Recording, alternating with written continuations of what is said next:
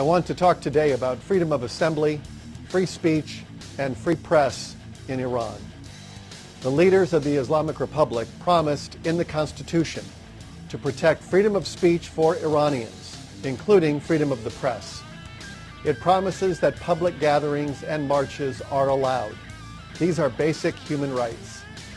The Iranian regime has denied these rights to the Iranian people for the last 40 years.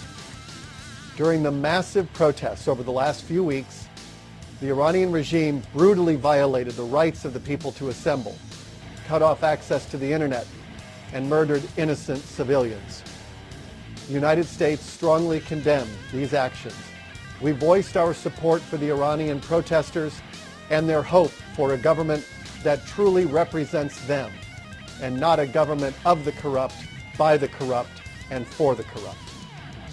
We will continue to take decisive action in imposing sanctions on individuals involved with suppression of free speech. For example, almost immediately we sanctioned Iran's Minister of Information and Communications Technology, Mohammad Javad Azari Jahromi.